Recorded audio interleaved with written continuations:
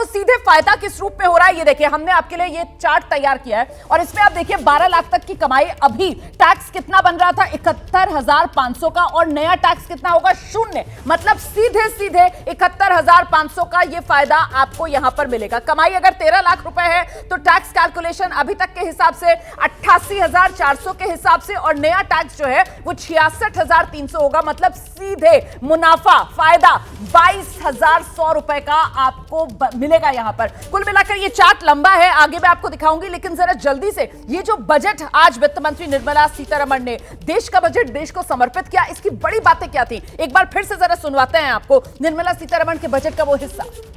We have periodically reduced their tax burden.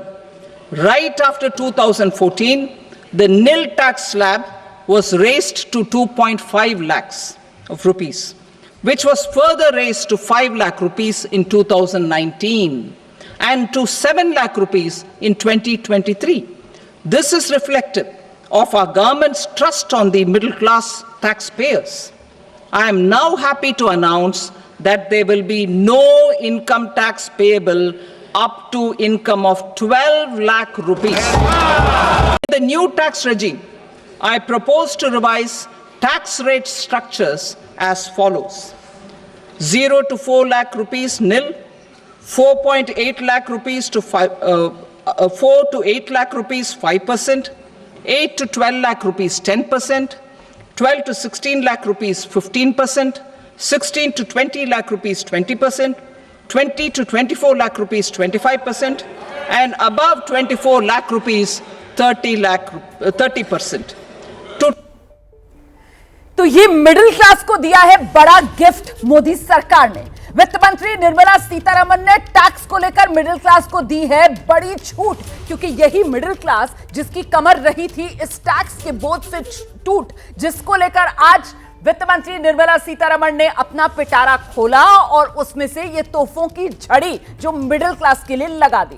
एक बार फिर से आपको बता दूं कि ओल्ड टैक्स रिजीम में अब कुछ ज्यादा बचा नहीं है, न्यू टैक्स रिजीम उसी में अगर आप आएंगे तो वहां पर फायदा मिलेगा। कुल मिलाकर तस्वीर बजट से यही साफ हो रही है और जितनी उम्मीद मिडिल क्लास कर रहा था उससे कहीं ज्यादा बढ़कर आगे छप्पर फाड़ अंदाज में मोदी सरकार ने मिडिल क्लास को पहुंचाई है ये बड़ी राहत। कैसे, जानते हैं केडिया सर से।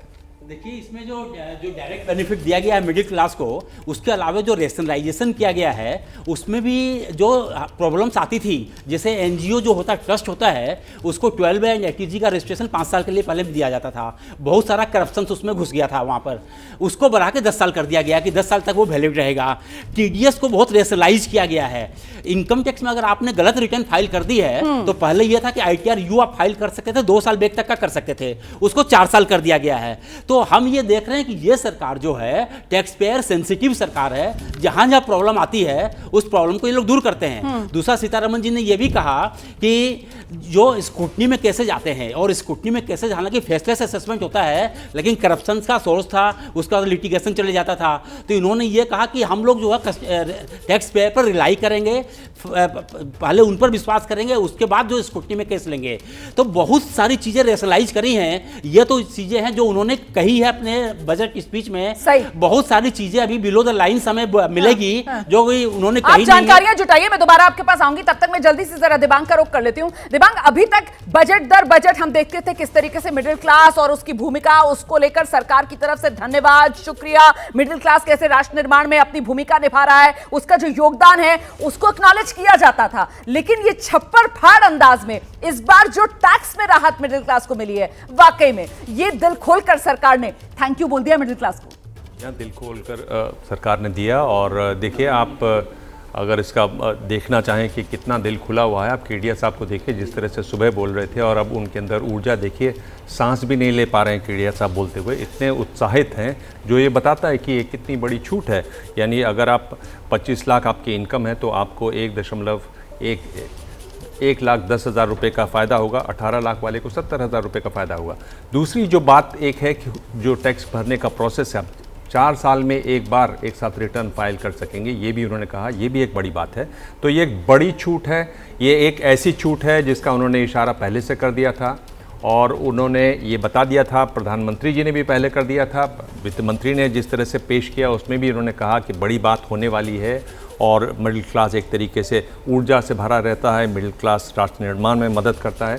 तो ये सारी बातें हैं और इसीलिए मुझे लगता है कि ये महत्वपूर्ण हो जाता है जो टैक्स में छूट मिली है। इतनी बड़ी छूट इस सरकार ने पहले कभी नहीं दी थी, जिस तरह का जंप इस बार लिया है। जो अनुमान था 10 लाख का था, उसको 12 लाख करना ये वाकई में बड़ी बात है। 10 लाख के अनुमान को 12 लाख तक ले जाना और साथ ही साथ वो 30% वाला स्लैब जो कहा जा रहा था, साहब आप उसको 20 लाख तक ले जाओ, उसको सीधे 24 लाख के पार कर देना और बीच में वो 25% वाला एक टैक्स ब्रैकेट भी ले आना, तो मिडिल क्लास की तो निकल पड़ी, मिडिल क्लास की तो लॉटरी लग गई। टैक्स के लिहाज से सरकार ने जो bumper good news middle class को सुनाई है, इसका बेसब्री से मिडिल क्लास को इंतजार था। और ऐसे में कुणाल, वो जो कहा जा रहा है कि साहब 2047 विकसित भारत को नई ऊर्जा देने के लिए और उसकी बुनियाद को मजबूत करने के लिए बजट रहने वाला है, जो बात प्रधानमंत्री मोदी की तरफ से कही गई थी, उसका आधार कहीं ना कहीं यही टैक्स रिलीफ फिलहाल बनता हुआ नजर आ रहा है।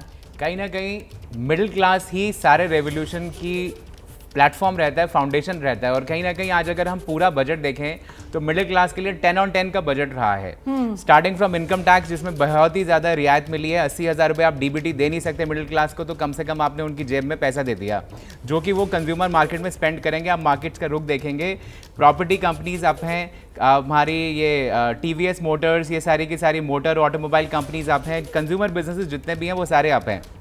दूसरा एक बड़ा अच्छा चीज़ जो हमने बजट में देखा, वो ये देखा कि फीमेल्स के लिए, वुमेन एंटरप्रेन्योर्स के लिए, फर्स्ट टाइम एंटरप्रेन्योर्स के लिए, जो कि अगेन मिडिल क्लास का वर्ग कहलाता है, उसके लिए भी सरकार ने काफ़ी ज़्यादा सॉफ्ट दिए हैं। लेबर इंटेंसिव सेक्टर, अगेन जहाँ पे middle class, lower middle class sector आता है, वहाँ पे भी लेबर इंटेंसिव सेक्टर्स को करीबन 22 लाख लोगों को क्लियर फुटवेयर इंडस्ट्री के अंदर रियायत दी गई है। जो हमारे जो बाकी छोटे छोटे फूड प्रोसेसिंग और बाकी MSME इंडस्ट्रीज़ हैं, उसमें भी जो इन्होंने 2.5 टाइम्स जो मल्टीप्लिकेशन इफेक्ट दिया है क्रेडिट स्कीम्स को लेकर, और जो क्लासिफिकेशन है माइक्रो, स्मॉल और मीडियम एंटरप्राइजेस की, उसको डबल कर दिया है।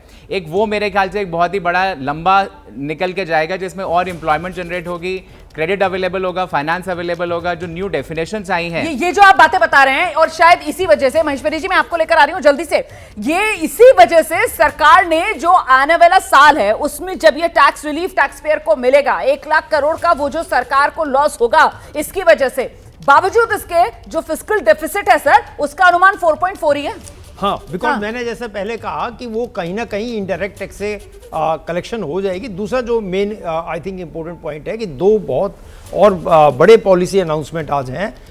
एटॉमिक एनर्जी, पहली बार प्राइवेट सेक्टर को एटॉमिक एनर्जी, जिसका कि बहुत बड़ा 50,000 करोड़ का टारगेट रखा है, तो जो हमारा टोटल था कैपिटल एक्सपेंडिचर को भी बढ़ाना है और रेवेन्यू एक्सपेंडिचर को भी बढ़ाना है और कंज्यूमरिज्म को भी बढ़ाना है, तो उसके लिए उन्होंने एक जो बड़ी चीज की है, एटॉमिक सेक्टर को प्राइवेट सेक्टर के लिए खोल दिया है। और दूसरा, इंश्योरेंस सेक्टर में 100% FDI अप्रूव कर दिया ऑटोमेटिक रूट से। तो मुझे लगता है इन दोनों के चलते हुए जो FDI थोड़ा सा हमारा रुक गया था, वो FDI भी मार्केट में दोबारा आएगा।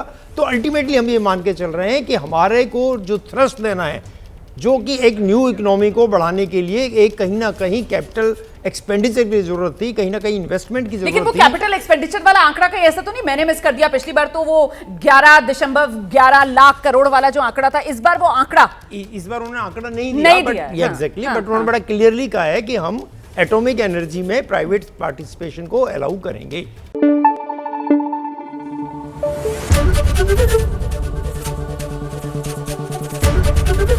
ABP न्यूज आपको रखे आगे।